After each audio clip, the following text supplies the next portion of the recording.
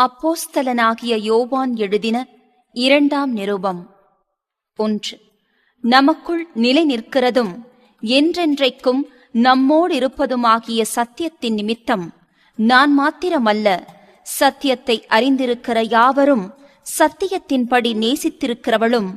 2. தெரிந்து கொள்ளப்பட்டவளுமாகிய அம்மாளுக்கும் அவளுடைய பிள்ளைகளுக்கும் மூப்பனாகிய நான் எழுதுகிறதாவது. 3. பிதாவாகிய தேவனாலும் பிதாவின் குமாரனாயிருக்கிற கர்த்தராகிய இயேசு கிறிஸ்துவினாலும் கிருபையும் இரக்கமும் சமாதானமும் சத்தியத்தோடும் அன்போடும் கூட உங்களோடு இருப்பதாக. 4. பிதாவினால் நாம் பெற்ற கற்பனையின்படியே உம்முடைய பிள்ளைகளில் சிலர் சத்தியத்திலே நடக்கிறதை நான் கண்டு மிகவும் சந்தோஷப்பட்டேன். 5. இப்பொழுதும் அம்மாளே, நாம் ஒருவரிலொருவர் அன்பு கூற வேண்டுமென்று உமக்கு புதிய கற்பனையாக எழுதாமல் ஆதி முதல் நமக்கு உண்டாயிருக்கிற கற்பனையாக எழுதி உம்மை வேண்டிக் கொள்ளுகிறேன். 6. நாம் அவருடைய கற்பனைகளின்படி நடப்பதே அன்பு. நீங்கள் ஆதி முதல் கேட்டிருக்கிறபடி நடந்து கொள்ள வேண்டிய கற்பனை இதுவே. 7. மாம்சத்தில் வந்த இயேசு கிறிஸ்துவை அறிக்கை பண்ணாத அநேக வஞ்சகர் உலகத்திலே தோன்றியிருக்கிறார்கள்.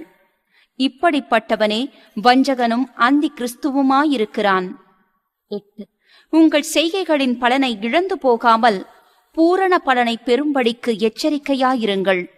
9. கிறிஸ்துவின் உபதேசத்திலே நிலைத்திராமல் மீறி நடக்கிற எவனும் தேவனை உடையவனல்ல. கிறிஸ்துவின் உபதேசத்தில் நிலைத்திருக்கிறவனோ பிதாவையும் குமாரனையும் உடையவன். 10. ஒருவன் உங்களிடத்தில் வந்து இந்த உபதேசத்தை கொண்டு வராமல் இருந்தால் அவனை உங்கள் வீட்டிலே ஏற்றுக்கொள்ளாமலும் அவனுக்கு வாழ்த்துதல் சொல்லாமலும் இருங்கள். 11. அவனுக்கு வாழ்த்துதல் சொல்லுகிறவன் அவனுடைய துர்க்கிரியைகளுக்கும் பங்குள்ளவனாகிறான். 12. உங்களுக்கு எழுத வேண்டிய காரியங்கள் அநேகமுண்டு. காகிதத்தினாலும் மையினாலும் அவைகளை எழுத எனக்கு மனதில்லை.